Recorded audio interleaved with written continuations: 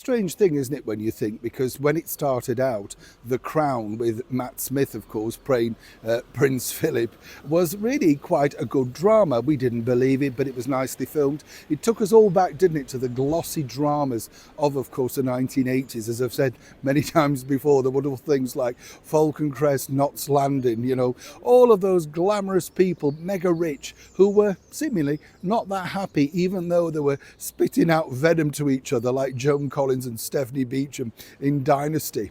But it's interesting, as The Crown moved on, and you kind of think to yourself, this is truly where they went wrong. A lot of people, of course, didn't enjoy many of the portrayals of our late monarch, Queen Elizabeth II. And I can understand that, really. The definitive one to many people would be Helen Mirren in, of course, the TV movie The Queen. But what was interesting, as The Crown and Netflix became more and more desperate to get some PR, they decided to turn their attention to another member of the British monarchy. That's right, Carol Middleton. Let me explain. Lovely to see you today, and as ever, thank you so much for your time. I'm talking to you. I know, I can see you dropping off. How dare you? Yes, by the way, I've got a new addiction. I know, terrible, isn't it? Caramel eggs, not Cadbury's cream eggs, caramel eggs. Don't really like the chocolate, but the liquid toffee. Ooh, lovely.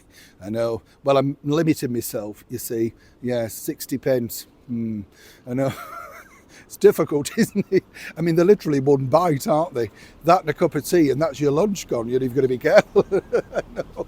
Shocking, though, when you look at these things. You kind of think, 60p for this, It's not even a sandwich or a meal or something, but it's how they hook you in, isn't it? Oh, goodness, I won't be getting too many, though. Don't worry, I'm getting far too plump. But the bottom line is, it's always good to have a treat, isn't it? Now, some people thought The Crown was a treat, of course, the TV drama from Netflix. The one, of course, that Harry's clinging onto by his fingernails now.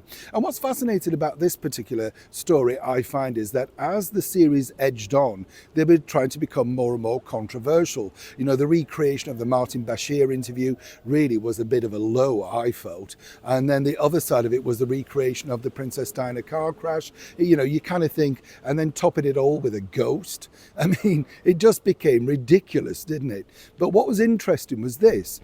According to a very well-placed source who now has left that production, they really were trying to get at the tentacles, shall we say, of none other than the Princess of Wales' mother, Carol Middleton. Now, in the drama, in the very final series, they had hoped to portray her as this scheming vixen who was doing everything in her power to make sure that she got somewhere within the British monarchy with her daughter. Almost a bit like a, Cruella de Vil, that sort of thing. Now, I've met Carol briefly. She seems a very nice, down-to-earth, if not cautious lady. And why wouldn't you be in her position? Absolutely 100%.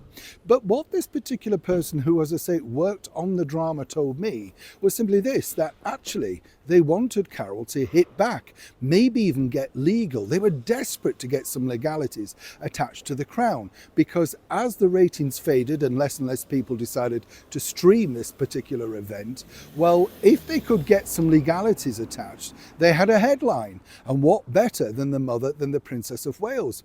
Now, of course, this was all brought up to her, exactly how she was being portrayed. But being Carol, savvy and very, very astute, she decided it wasn't worth the effort, of course, to go down this particular path. With so few people watching, who would see it anyway? That was her sort of raison d'etre. What was interesting, though, is that they tried their very best by trying to plant stories in and around national newspapers and on websites, but it simply didn't work. Now, when you think about that, isn't it a cruel thing to go down and try and do to someone, goad them into legalities?